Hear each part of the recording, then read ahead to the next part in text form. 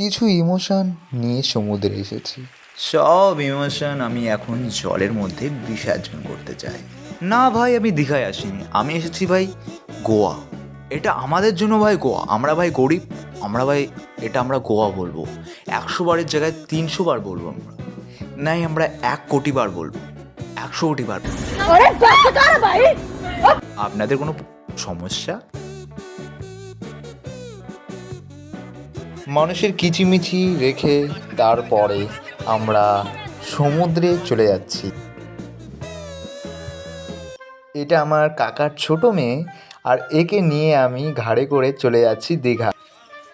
প্রথমে ভেবেছি অনেক কম লোক আছে এখানে, রাস্তায় তো কোনো লোকই ছিল না। তারপরে বুঝতে পারলাম এইটা দেখার পরে। তো আপনারা দেখে নাও, অ্যাটলিস্ট ভিড়টা আপনি দেখুন। এখানে ভিড়টা দেখলে আপনি পাগল হয়ে যাবেন। দেখুন, মহাকুম্ভের মতন এখানে ভিড় হয়েছে। আর এখানের মানুষ শুধু বাঙালি বলতে নাই, এখানে সব জায়গার মানুষ এসেছে। এখানে গোয়া ট্রিপের লোকও এসেছে। তারপর আমরা চলে যাই পুরনো দীঘা। কি করছো? নাচ করছো কোথায়? দীঘায়? তাই? ও বাবা, ওটা ওইগুলো কি? ওইগুলো কি? এগুলো ঝিনুক?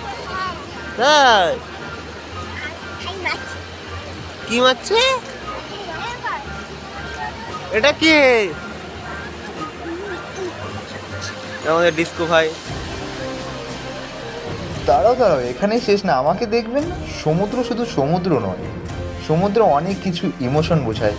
আমি একটা জিনিস নিয়ে যেতে ভুলে গেছিলাম, না নিতেও পারছি না রাখতে পারছি, সেটা হচ্ছে ফোন। ভীষণ জ্বালিয়েছে আমাকে।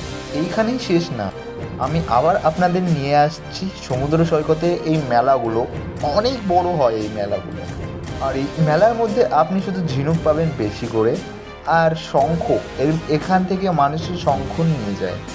আর ঠান্ডার সময় আসলে যেই অসুবিধাটা হয় সেটা হচ্ছে কম্বল, যেমন হাতের ড্রেস বা জ্যাকেট, এইসব নেওয়ার ঝামেলা থাকে। গরমের সময় আসলে এইসব ঝামেলা থাকেই না। আর এটা আমি দেখে অনেক খুশি হয়েছি, কেননা এটা নাচছে। লাইক আর কমেন্ট তো করে দিও, সাবস্ক্রাইব আপনাদের হাতে, আপনারা যদি করতে চান করতে পারেন।